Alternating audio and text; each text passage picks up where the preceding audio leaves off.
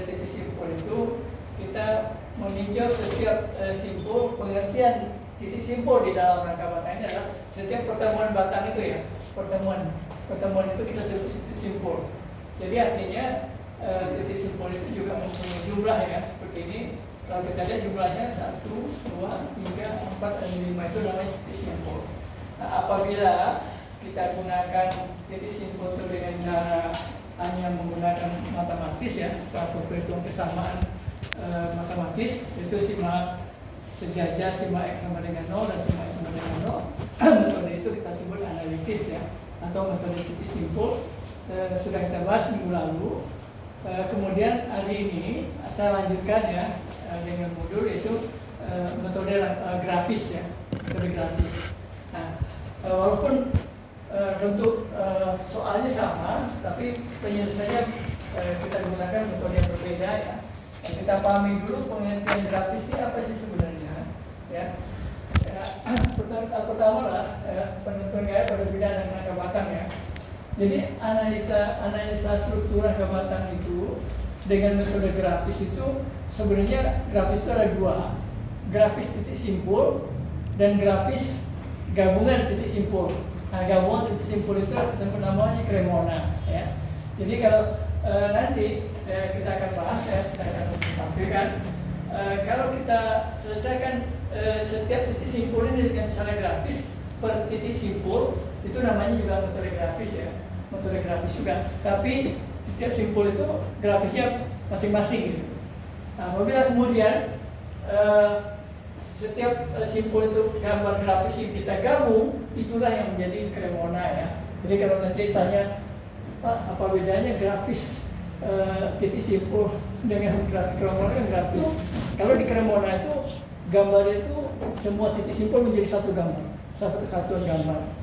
Nah, itu bagaimana nanti bentuk perbedaannya yang kita bahas ya.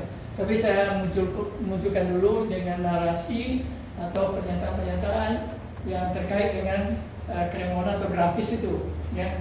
Nah, pertama adalah prinsip dasar yang dipergunakan dalam metode grafis atau Cremona adalah satu, seluruh gaya yang bekerja pada struktur pada dasarnya dapat dinyatakan sebagai vektor. Jadi nanti baik gaya luar maupun gaya dalam ya, ini maupun gaya batang itu dalam bentuk vektor. Apa artinya? Vektor itu dari pada pelajaran fisika ya dipahasi adalah suatu besaran yang punya besaran arah dan dia digambar dalam bentuk arah panah. Itu yang kita sebut dengan vektor. Misalnya kalau kita gambarkan seperti ini vektor ya, karena dia ada arah dan ada panjang ya, ada besar. Nah, sehingga selain dapat dinyatakan besarannya dapat pula dilukiskan arahnya gitu. Nah, gaya luar maupun gaya dalam. Nah, jadi gaya luar ini P1, P2, P3 itu gaya luar ya. Nah, kemudian disebut dengan gaya dalam itu gaya batang ini. Nih, ya. Di batang 1, 2, 3, 4, 5, 6, 7 ya. Sehingga batangnya mempunyai 7, nanti akan ada gaya itu dalam simbolnya S ya. Jadi S1, S2, S3 sampai S7 ya. Nah, bila dilukiskan dalam bentuk vektor, bila dilukiskan dalam bentuk vektor dalam bentuk anak panah akan membentuk poligon tertutup, artinya segitiga tertutup atau segi banyak tertutup ya. Nah, itu pemahamannya yang sesuai dengan prinsip keseimbangan. Untuk menggambarkan poligon tersebut ya, artinya gaya-gaya ini kan kalau digambarkan kalau dia 3 gaya ya disebut juga segitiga gaya ya. Tapi kalau dia banyak seperti ini namanya poligon ya, poligon. Nah, kalau kita sebut menggambarkan poligon, kita dapat memulai dengan menggambarkan vektor gaya yang telah diketahui dulu. Jadi dimulai dari gaya yang diketahui dulu ya. Nah, umpama misalnya kalau kita lihat di sini yang bisa pertama diketahui itu pasti RA dulu ya. Nah, sehingga di dalam penggambaran grafis diurut mulai dari RA baru 1 baru 2 kayak gitu ya. Itu pengertian dari kalimat itu ya. Nah, pada salah satu titik selanjutnya dengan mengambil satu putaran dapat digambarkan poligon tertutup. Jadi artinya asumsinya adalah gaya itu dalam bentuk melingkup secara besar ya. Kalau ini nanti misalnya kalau kita misalkan ini ada RA, ya, ini pasti duluan diketahui ya. Ya, jadi nanti akan bergerak mulai dari diketahui sampai nanti ditutup dengan yang dua yang tidak diketahui. Ya. Lalu begitu selanjutnya. Kalau ini juga begitu, kalau ini sudah diketahui, nanti dia akan bergerak seperti ini. Ya, urutannya. Ya. Jadi kalau kita ingin lagi lanjut di sini, bukan dari P2 dimulai, karena S4 nya sudah ada, kita mulai dari 4 baru masuk di sini. Dan begitulah penyelesaian di titik simpul itu ya. Nah, saudara dengan mengikuti proses di atas dapat digambarkan daya batang keseluruhannya. Nah ini apa namanya yang kita sebut dengan metode grafis tadi. Kemudian salah satu dari pengertian grafis itu namanya Cremona ya. Nah, Cremona ini adalah cara grafis di mana dalam penyelesaiannya menggunakan alat tulis, pensil dan pensil yang runcing ya. Jadi memang kalau kita menyelesaikan angka batang dengan grafis, ya seharusnya penggaris ada ya. Itu ada dua harusnya itu ya, ada penggaris. Karena garis sejajar itu dibutuhkan nanti dibantu dengan paling tidak dengan siku yang dua ya. Yang satu diam, satu bergerak supaya dia bisa sejajar. Di dalam grafis ini memang ketepatan ya garis itu ya sangat menentukan gitu. Nah, karena di dalam penyelesaian grafis ini kita dibantu oleh suatu pengertian skala ya.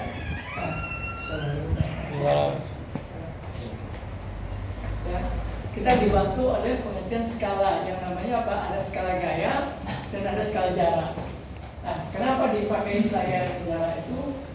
Di dalam grafis ini kan kita menggambar, intinya menggambar harus sesuai dengan panjang sebenarnya atau gaya sebenarnya. Tentu itu harus dimunculkan yang mampu dimuat di dalam kertas kita ya.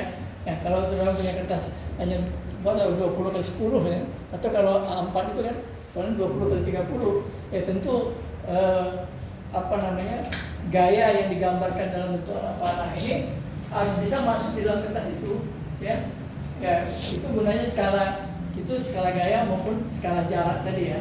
Nah, oleh karena itu dikatakan di sini bahasa tadi itu ada penggaris ya, menggunakan alat tulis dan penggaris siku ya, segitiga siku itu ya, karena memang dibutuhkan memang.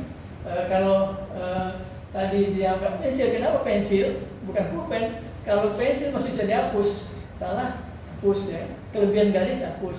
Tapi kalau pulpen udah nggak bisa dihapus, kelebihan garis udah dia akan muncul tetap garis susah dihapusnya gitu. Itu pengertian di sini. Nah, Cremona adalah nama orang yang pertama menguraikan diagram itu, namanya Bretalia. Nah, pada metode ini skala gambar sangat berpengaruh terhadap misalnya kekuatan batang, karena jika gambarnya terlalu kecil akan sulit pengamatannya. Jadi di dalam pengambilan nanti skala ya, kan kita nanti akan memunculkan skala gaya, skala jarak itu ya jangan juga skalanya misalnya ya gayanya 10 kilonewton. Nah, kemudian saudara ambil skalanya 1 cm, katakanlah 20 kilonewton. Akhirnya gambar yang tadi gayanya 10 itu dia masih setengah senti. Udah setengah senti susah banget gitu ya. Karena mengambil skalanya terlalu besar kan gitu. Nah, ini maksudnya supaya itu harus dipahami di dalam pengambilan skala itu dengan gitu ya. Nah, ini kita lihat dulu masih dalam bentuk kalimat dulu ya. Jadi kalau statika ini nggak kalimat itu pengantar aja. Ya, namanya statika harus dengan gambar gitu ya. Nah, karena struktur itu gambar ya, gambar. Nah, tapi tetap kita memerlukan kalimat narasi ya untuk diberikan pemahaman gitu ya. Nah, sekarang bagaimana cara Cremona ya? Nah, satu, gambar dengan teliti dan betul suatu bagian sistem angka batang.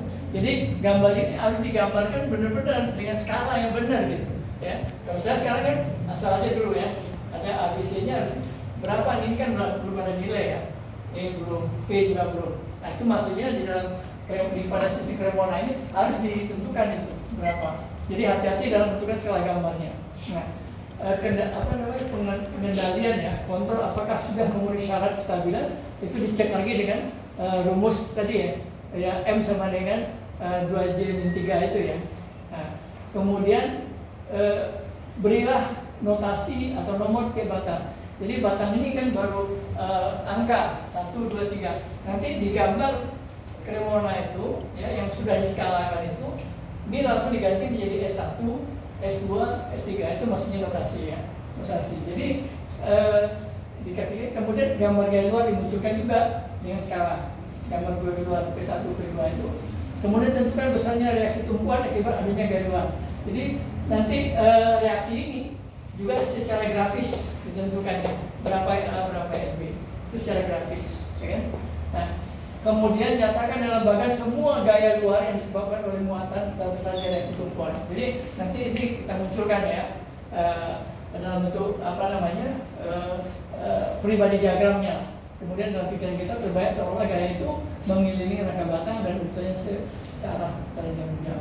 Nah itu pengertiannya yang dalam bentuk narasi. Ya, kita lihat lagi sekarang itu pengertian tadi masih berlanjut ya. Kalau kita lihat masih ada kaitannya dengan apa halnya tadi, bahwa gambar vektor gaya dengan urutan sesuai jarum jam yang saya gambarkan tadi. Mulailah lukisan Cremona dari 2 batang yang belum diketahui.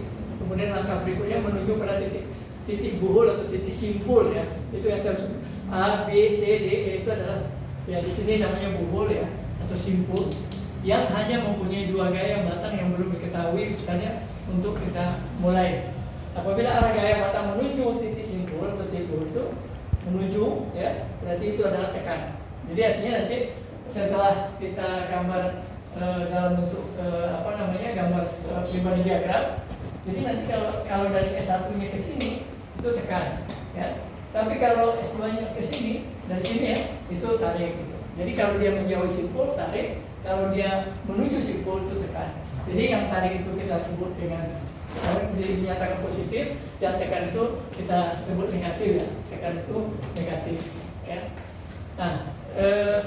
Baik, saudara, jadi kalau begitu berarti nah ini jadi batang tadi ya, jadi apabila rangka batang yang ditinjau misalkan berupa rangka batang jembatan, nah, ini sebuah rangka batang jembatan ya, maka untuk mencari gaya batang seluruh batang dengan menggunakan metode keseimbangan titik simpul secara grafis juga menempuh pendekatan yang sama dengan analitis.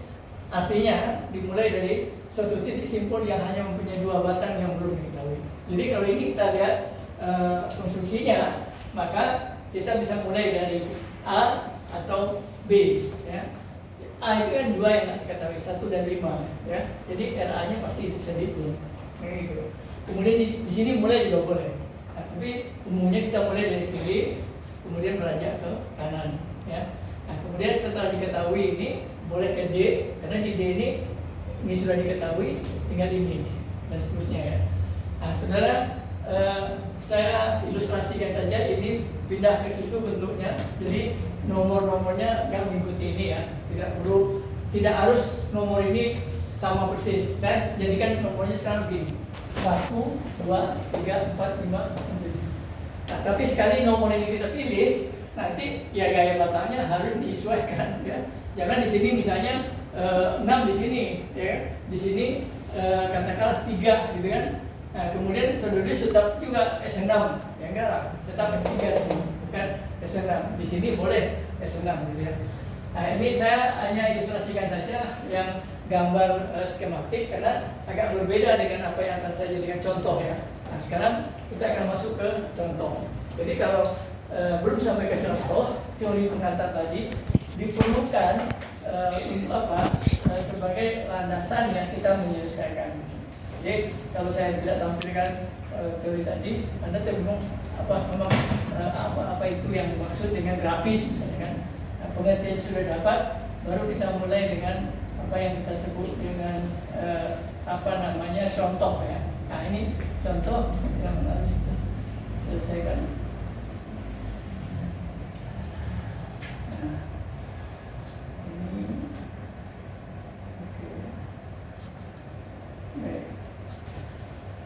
Baik, ya ini tadi apa yang ditulis banyak dengan kalimat-kalimat tadi ya. Nah, nanti saya simpelkan, saya sederhanakan ya. kalimat tadi saya ambil mulai dari 1 sampai 7 ini sama dengan tadi, tapi yang berbeda contoh ya, ini contoh ya. Nah, kita mulai dengan contoh. Setelah contoh ini saya ambil dengan bentuk ya, contohnya adalah mirip ini. Jadi artinya nomornya sama ya. 1, 2, 3, 4, 5, 6-nya sama dengan seperti ini. Nah, cuma sekarang nilai A, B, C, D-nya sudah diberi angka ya, termasuk juga E ini, yaitu A-nya 3 meter, 3 meter, 3 meter, 3 meter, dan E-nya 4 meter ya. Kemudian P1-nya 40 kN, P2-nya 30 kN, dan P2-nya 30 ya, P3-nya 20 kN. Nah, apabila konstruksi ini, rangka batang ini dibebani seperti itu ya. Nah, pertanyaannya hitung di sana tuh atau besarnya gaya-gaya yang terjadi pada batang 1 sampai 7. Jadi artinya ditanya batang ini 1, 2, 3, 4 sampai 7 ya. Tapi dengan cara metode Cremona atau grafis ya, dengan cara grafis. Ya itu. Nah, jadi nanti kalau ada soal di UAS ya, ada gambar seperti ini, baca dulu ulang-ulang soalnya ya. Ditanya apa, kalau di situ tidak dimunculkan metodenya, ya Anda boleh metode apa aja dipakai. Ya boleh analitis, boleh grafis. Tapi kalau di sini disebutkan metode Cremona, ya Cremona ya. Nah, seperti apa Cremona itu? Ya nanti kita akan selesaikan ini ya kan. Tapi kalau ditanyakan metode analitis, jangan Cremona ya, dia minta analitis seperti minggu lalu ya, materi minggu lalu. Nah, itu yang perlu dipahami dan dicermati kalau kita membaca soal. Nah, untuk kasus ini yang diminta adalah metode Cremona ya. Tapi sebelum Cremona yang sebenarnya Cremona, saya mulai dulu grafis simpul per simpul ya, grafis simpul per simpul. Untuk itu saudara, dalam hal ini soal tadi kita pribadi diagramnya. Pertama apa? Penjelasan ini kita harus membuat dulu ketentuan semacam inilah, bukan ketentuan ya, ketentuan ya, yaitu skala gayanya berapa. Di sini saya menentukan di contoh ini ya, skala gayanya 1 cm itu 10 kN ya. Ini untuk contoh. Jadi skala ini bisa dipilih ya, kalau saudara nanti mau mengerjakan sendiri berbeda dengan skala ini boleh saja, nggak masalah. Tapi untuk contoh ini kita ambil 1 cm 10 kN ya, untuk contoh ini.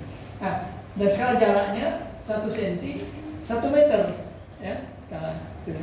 Nah, sehingga kita bisa menggambarkan gaya P1 tadi menjadi 40 kN dibandingkan skalanya ya, 10 kN dikali 1 cm ya 4 cm.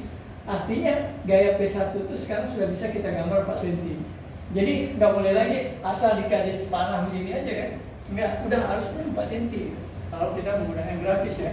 Yang kedua, gaya P2 30 kN dibandingkan skalanya 10 kN kali 1 cm 3 cm. Jadi P2 nya sekarang sudah menjadi 3 cm, bisa digambar langsung, bisa digambar 3 cm. Begitu juga P3 20 kN dibandingkan skalanya 10 kN kali 1 cm 2 cm. Itu gaya skala jarak, skala gaya. Kemudian skala jarak, jaraknya A itu sama dengan B, sama dengan C, sama dengan D, sama dengan 3 meter. Ya itu artinya bisa digambar kalau tadi 1 cm itu 1 meter, berarti 3 meter dibandingkan skalanya 1 meter kali 1 cm berarti 3 cm. Jadi A, B, C ini kita bisa cari A, B, C, D ini 3 cm. Nah, untuk E karena 4 meter ya, berarti 4 meter kali skalanya 1 meter kali 1 cm, jadi 4 cm. Nah, saudara, berarti sekarang kita sudah bisa menggambarkan baik gaya luar ya, dalam bentuk anak panah, maupun jarak rangka batangnya ya, dalam bentuk 1 cm. Sudah. Nah, kemudian baru kita gambarkan namanya pribadi diagram ya. Nah, pribadi diagram, setelah pribadi diagram ini kita dapat ya, artinya digambarkan dengan skala yang benar, gambar soal di atas tadi. Kemudian tentukan reaksi tumpuan RANB-nya secara grafis ya. Jadi RANB ini kita tentukan secara grafis. Setelah ini didapat, baru tentukan gaya batangnya, batang 1 sampai dengan 7 dengan juga cara grafis ya. Itu langkah penyelesaiannya. Nah, saudara, kita lihat bagaimana menggambarkannya. pribadi diagram tadi, ini kebetulan saya udah jawaban sekalian ya. Tadinya sebelum ada panah-panah arah ini ya, itu gambarnya aja dulu. Panah ini baru didapat setelah kita menghitung, ya ingat, setelah kita menghitung. Jadi panah ini nggak tiba-tiba, panah tekan tarik ini nggak tiba-tiba. Jadi saya sengaja memunculkan itu ya sengaja supaya menyederhanakan aja supaya nggak menggambarkan berkali-kali gitu ya. Nah, saudara, yang jelas pertama yang Anda gambarkan dulu adalah ya gambarnya ini dulu ya. Yang ukurannya yang sama dengan tadi pertama, ini 3 cm ya. Ini 3 cm, 3 cm, 3 cm dan tingginya 4 cm. Ya, itu yang pertama gambarnya dulu. Jika saja. Nah, tapi sudah dirubah. Kalau tadi di atas masih ada huruf angka 1, 2, 3, sekarang sudah kita ganti menjadi S1, S2, S3, S4, S5 dan seterusnya ya. Jadi mengenai minus plus ini belakangan. Kenapa? Karena itu baru ditentukan setelah dihitung apakah dia tekan atau tarik ya. Kalau pada gambar pribadinya kita belum tahu tekanan. Oh, cukup dituliskan hanya sebagai S1, S2, S3, S4 sampai S7 aja dulu ya. Nah, setelah itu baru kita ingin selesaikan berapa RARB-nya secara grafis. Nah, kalau kita ingin menghitung secara grafis, karena nanti P1 sudah tergambar 4 cm, P2 juga 3 cm, dan P3-nya 2 cm, kita gambarkan dia dalam satu garis kerja ya. Satu garis kerja. Jadi dia akan menjadi seperti itu. Pertama P1 4, P2 3, P3 2. Kita ambil titik untuk, kemudian kita garis ya, 1, 2, 3 itu urut, itu garis kutu. Nah, saudara ini itu apa? Untuk mencari RARB-nya berapa. Kalau ini kan baru keilmuan ya. RARB ini berapa ini? Itu yang kita hitung secara grafis. Nah, untuk itu saya ulang lagi menggambar di bawah karena ini agak terlalu sempit ya untuk digambar lagi, karena memang kertas terbatas. Jadi saya ulang gambar di bawah, bentuknya adalah seperti ini. Setelah saya ulang ya, bentuknya ini, yaitu ini P1, P2, P3 yang di atas tadi kan, satu garis. Tapi sekarang sudah kita ingin dapatkan RARB-nya. Nah, untuk itu dapatnya bagaimana? Ini yang ingin ya, RB atau RA ini dapatnya setelah kita gambarkan garis kutub ini, 1, 2, 3, 4 ini, kita pindah ke garis ini. Nah, tadi kan di gambar tadi kan sudah ada garis kerja ya. Ada RA, P1, P2, P3, dan RB. Itu garisnya ini.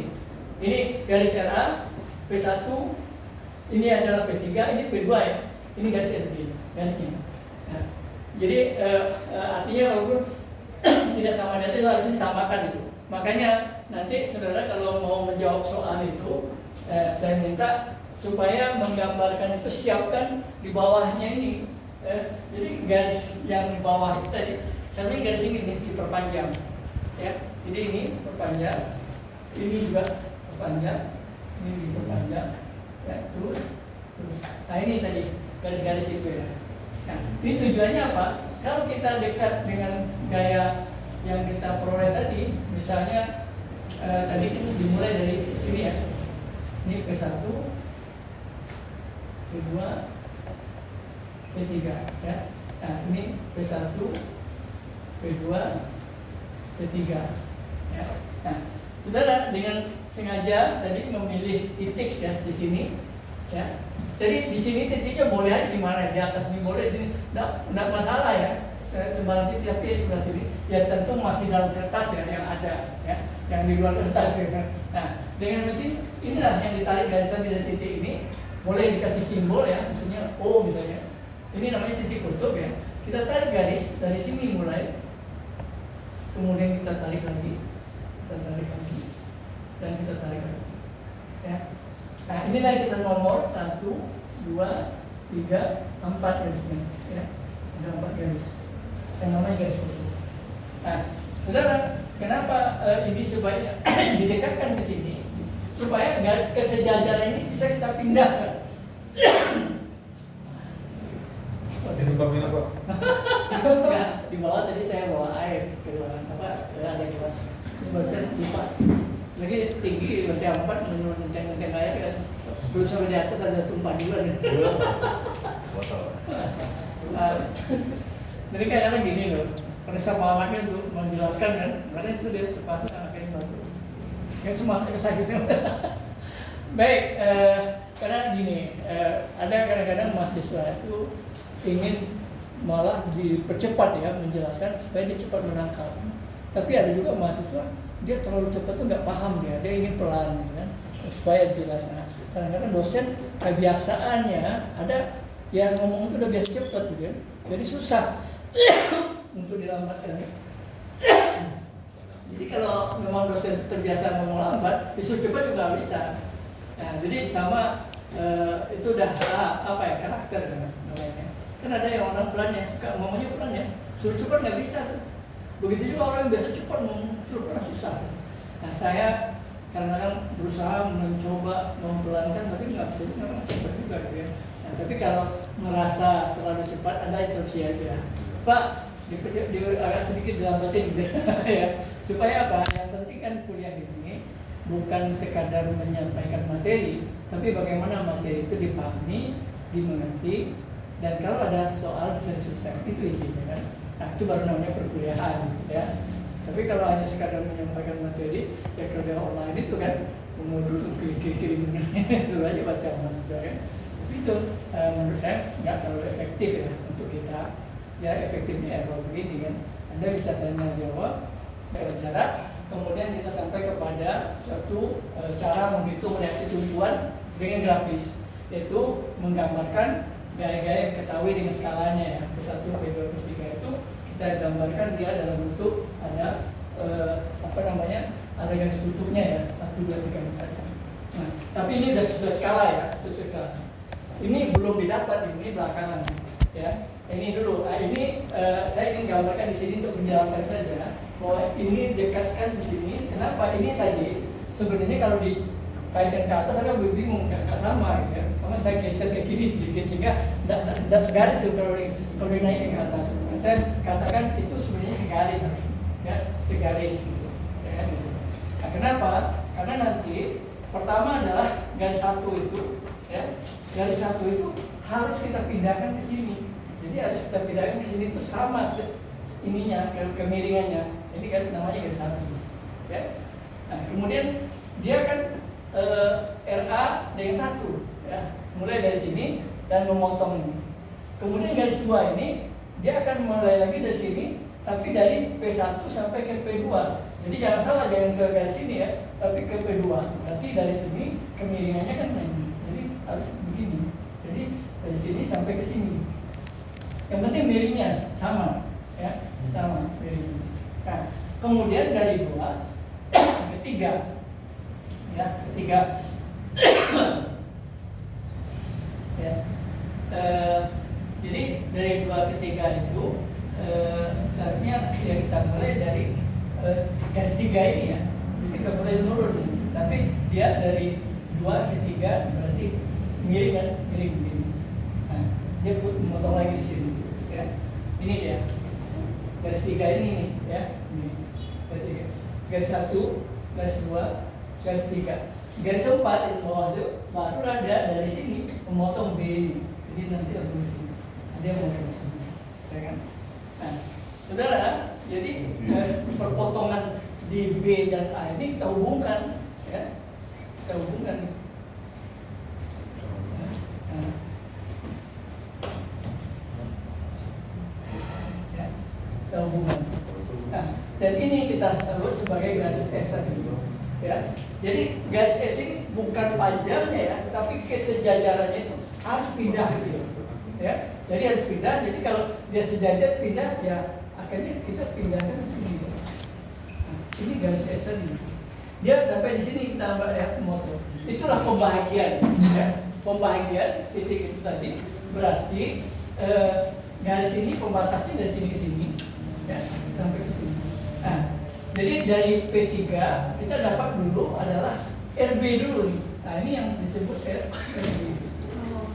Ya. Ini kita sebut RB. Nah, maka disebut ini RB. Ya, sebut RB. Kemudian sisanya baru RA, ya. Baru di sini RA.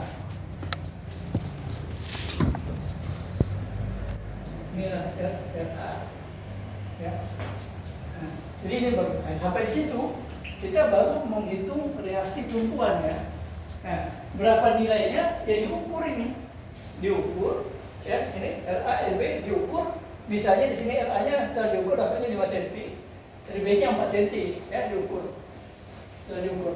Ini diukurnya kalau ini saya benar aja ya. Kenapa? Ini kan semuanya 9 cm nih, 4, 3, 2, 9 cm. Kalau kita lihat garis yang tadi itu yang dihasilkan dari sini ke sini, dia motong di sini. Ini aja udah 4, tambah sini 1 kan jadi 5. Maka RA saya tulis di sini 5 gitu ya. Itu dasarnya 5. Jadi bukan asal mengambil ya.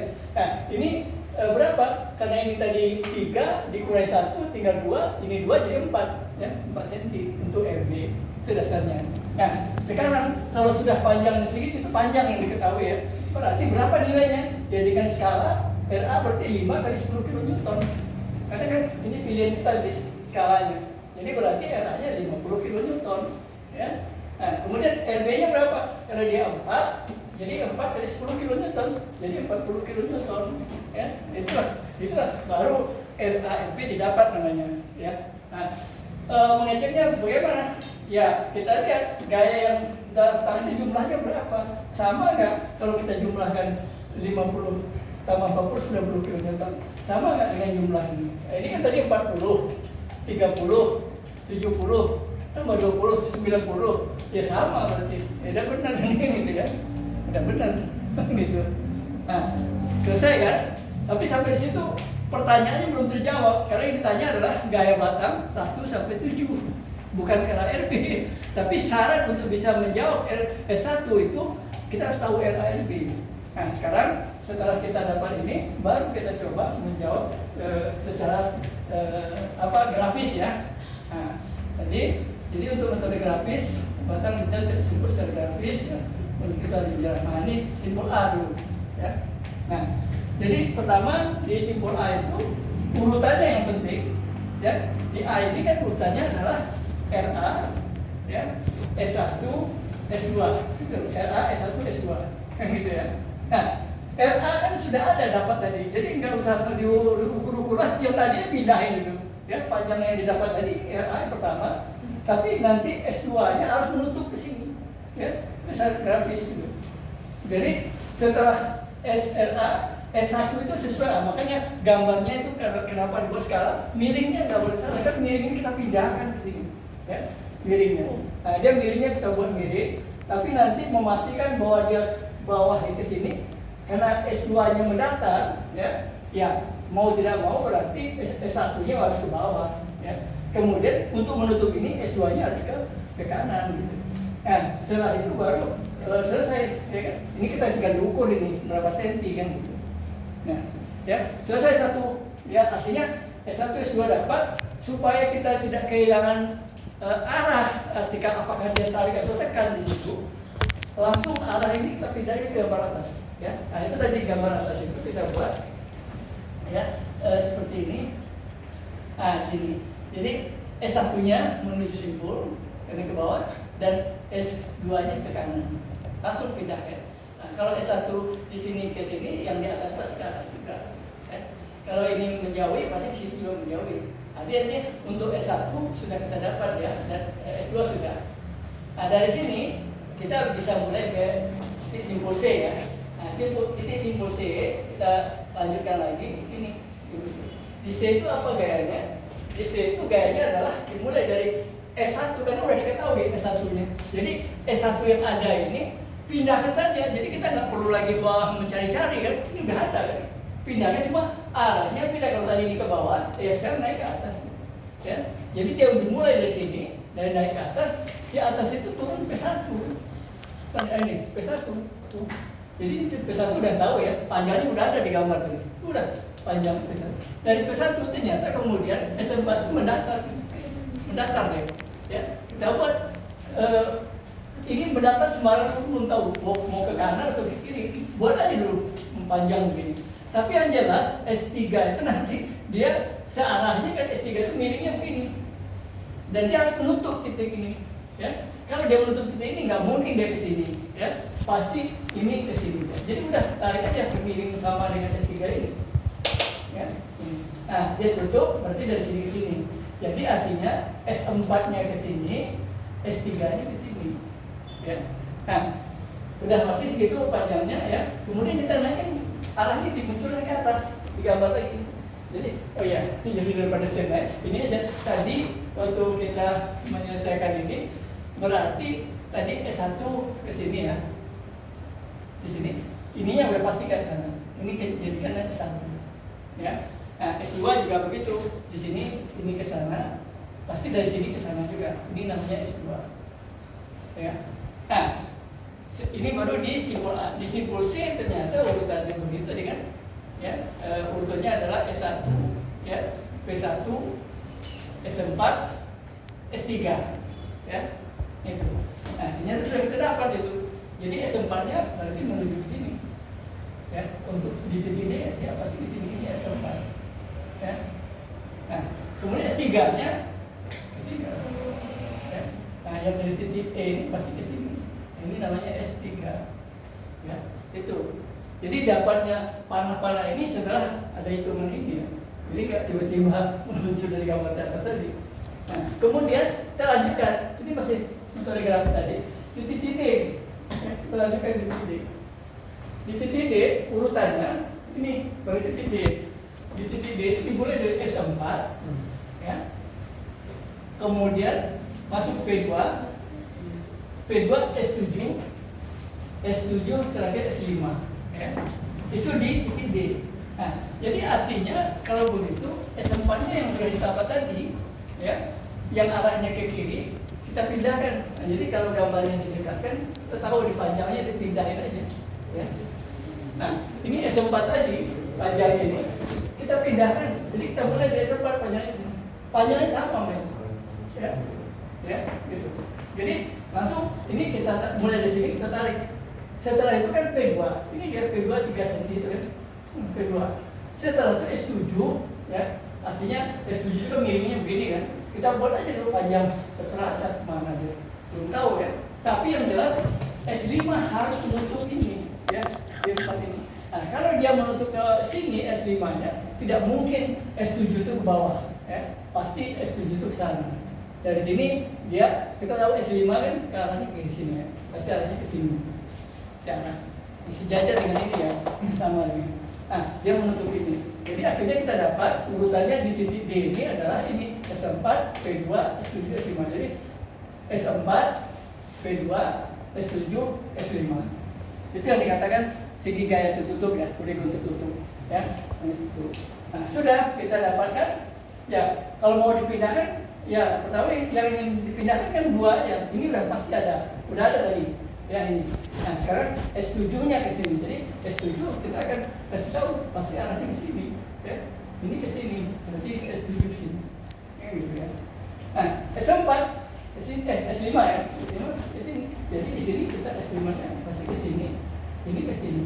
Jadi ini S5. Nah, sudah tinggal yang huruf S6. Ya. Tinggal yang huruf S6. Nah, untuk menghitung S6 kita mulai ke titik simpul E ini, ya. Ini simpul E kan, E. Nah, di titik simpul E itu apa saja? Di simpul E itu yang ada adalah mulai dari P3, S2, ya, S3, S5, baru S6, ya. Itu untuk titik E ya, ini P3, S2, S3, S5, S6, ya. Jadi urutannya itu, jadi dimulai dari yang diketahui gaya dulu. Yang diketahui itu P3 diketahui, ya, diketahui. Nah, saudara, karena sudah diketahui tadi P3-nya mulai dari P3 ini, ya, gambar ke P3, panjangnya ambil aja dari atas tadi kan udah ada, ya, kan udah ada. Panjangnya ambil, kemudian S2 ini kan sudah ada di yang ini, S2 panjang ini. Cuma diarahnya kan dibalik, kalau ini ke kanan, ya ini ke kiri, ya, di sini. Kemudian S3 juga begitu. S3 itu ada di sini. Arah dua yang naik ke atas. Panjangnya sama S3 ini. Ya. Kemudian S5 juga tadi sudah ada di sini. Ya. Kalau S5 ini ke sini, ya ini dibalik. Ya, gitu. Terus simpulnya udah beda kan. Nah, yang tersisa adalah S6 itu dia mendatar. Ini kan 6 mendatar. Kalau dia mendatar dia harus menutup awal P3 ini. Ya, harus menutup. mau tidak mau dia nggak ke sini, pasti ke sini dia. Untuk S6 ya. Udah selesai. Akhirnya kita dapat S6 itu ternyata untuk simpul E, simpul E itu ya arahnya adalah ke sini ya. Ya, sehingga ini juga ke sini. Ini S6. Ya udah, selesai. Ya. Ini kan semuanya udah tinggal diukur ya. Tinggal diukur tadi berapa panjang berapa senti. Akhirnya nanti dikalikan dengan skala gaya. Ya. Nah, itu nanti muncul dalam bentuk tabel. Hasilnya adalah tabulasi. Ya, saudara. Jadi titik mencari S6 ini bisa juga kita ingin mencoba melalui simpul B, ya. Simpul B untuk mencari 6 bisa. Kalau di simpul B mencari 6 tentu dimulai dari S7, ya. S7, RB baru S6, ya. Nah, jadi artinya nanti kalau kita lanjutkan bisa seperti ini, ya. Jadi kita mulai dari S7 dulu ya, mulai dari sini ya. S7, RB, dia masuk menuju S6 ya. Jadi bisa di titik B kalau mau 3 gaya aja, tapi kalau mau banyak gaya ribet tadi ya mau di E bisa. Di titik E juga kan seperti ini di E. Nah, ini di E ya. Jadi 6-nya ya itu bedanya apa? Kalau di titik E arahnya ke kanan ya, tapi di titik B arahnya ke kiri. Ini 6 ini sama panjangnya, sama panjang ya itu. Jadi juga jangan mengira Pak kok di sini kanan, kok di sini ke kiri. Ya sama. Kalau di sini titik E ya ke kanan ya, di titik E ya ke kiri gitu kan. Ya, jadi jangan juga gimana ke sana kanan kok sini ke kiri. Ya kita meninjau simpul B ini. Di sana simpul E gitu ya. Nah itu yang perlu. Dan inilah yang kita sebut namanya metode grafis ya untuk mencari gaya. Jadi sudah dapat tinggal mengukur-ukur aja dan kali skala selesai. Nah, apa yang disebut Cremona ya itu baru grafis di simpul. Nah Cremona itu seperti ini. Nah ini ya. Jadi semua gaya tadi gambar satu gambar ya. Jadi Cremona. Nah, Anda kalau tidak memahami urutan-urutan yang tadi, ya tidak bisa menggambar Cremona juga, gitu ya.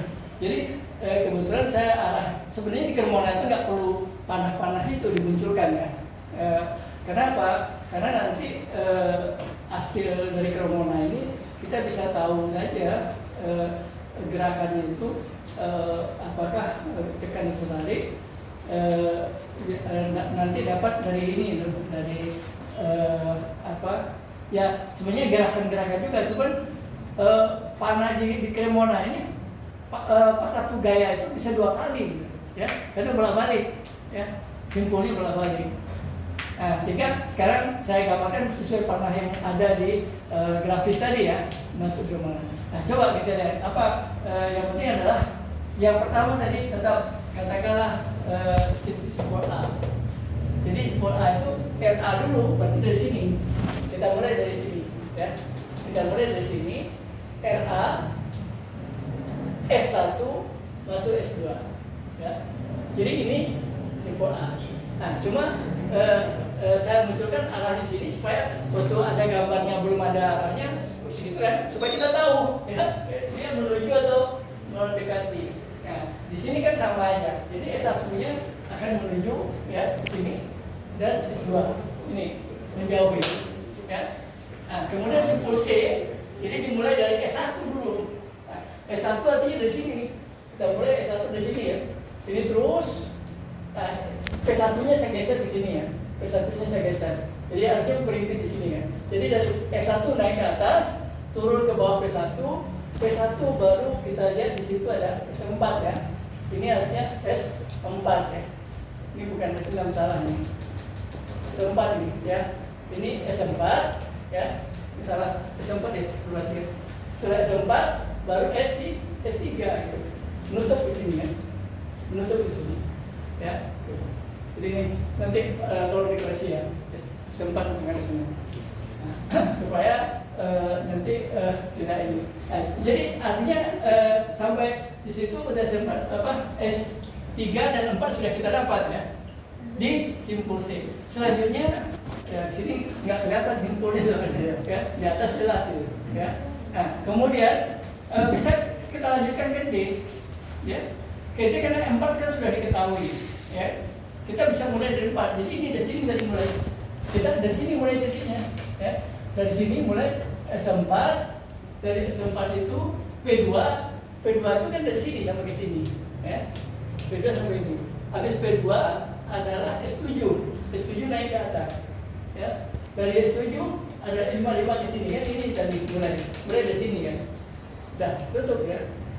Udah, ketemu ya. Nah, kemudian kita ingin mencari apa lagi? Di E. Nah, di E kita mulai dari P3. Ya. Jadi di sini P3 itu kan dari sini ya. Kita geser di sini sedikit ya. Dari sini sampai ke sini adalah P3. Dari P3 ya, ada S2. Ini ya. S2 kan di kanan. S2 ada S3. S3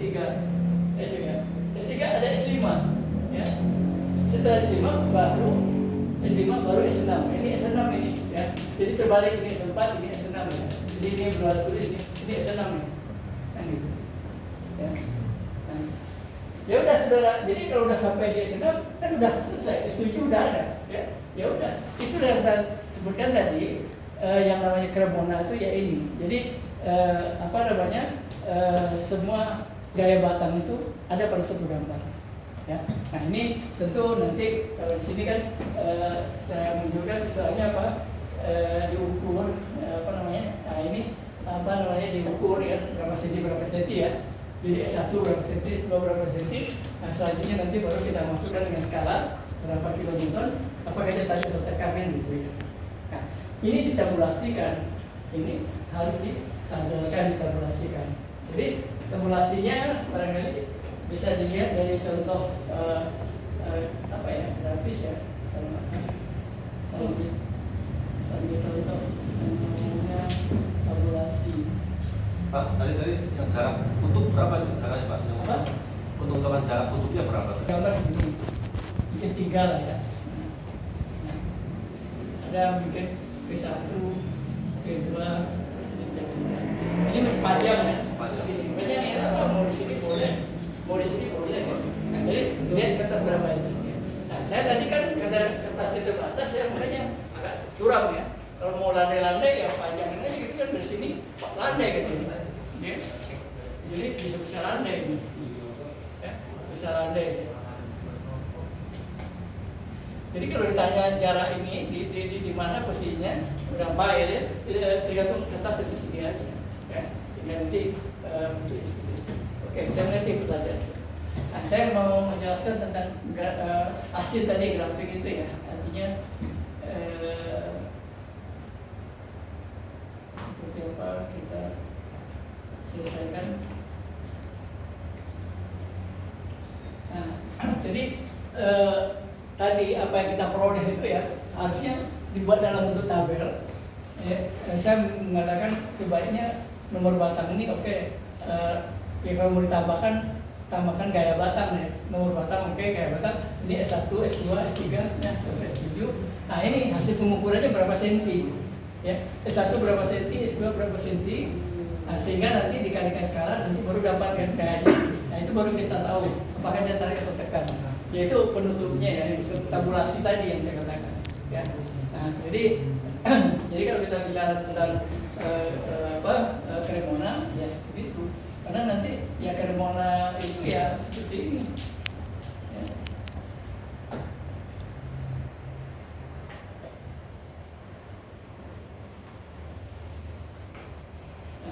Nah, ini Cremona untuk soal yang analisis kemarin ya, yang ada gaya horizontal vertikalnya gitu. Jadi ini kita lihat ada horizontal gayanya kan ya, ada vertikal VA ya, AA yang untuk contoh soal yang minggu lalu ya. Nah ini Cremonanya begini ya, Cremonanya begini. Jadi ada S4, S3, S7 ya, S2, S1, S6. Nah ini untuk kasus ya, artinya untuk contoh soal yang minggu lalu ya. Jadi yang ada kalau kita ingin soalnya adalah seperti ini.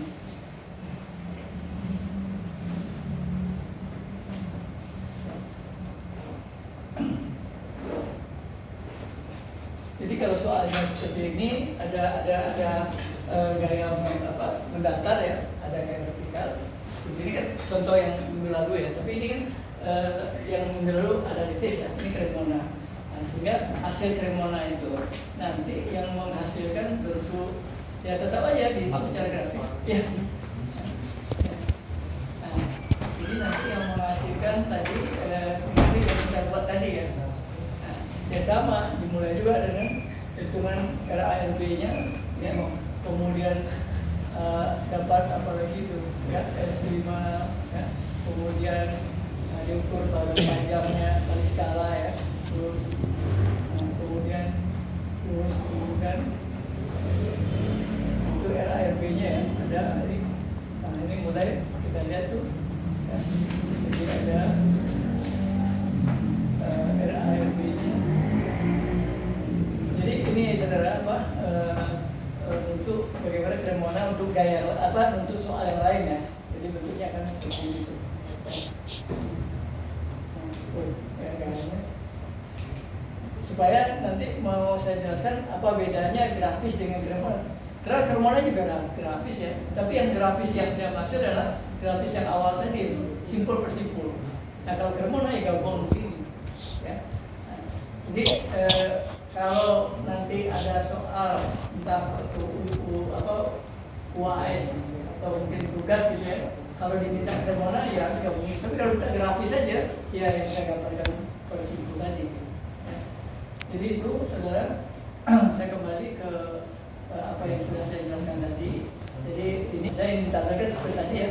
Nah sekarang tugas saudara ini. Nah, coba anda kerjakan ini.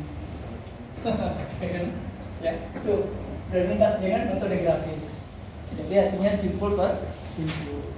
Ya. Silakan mulai kalau mau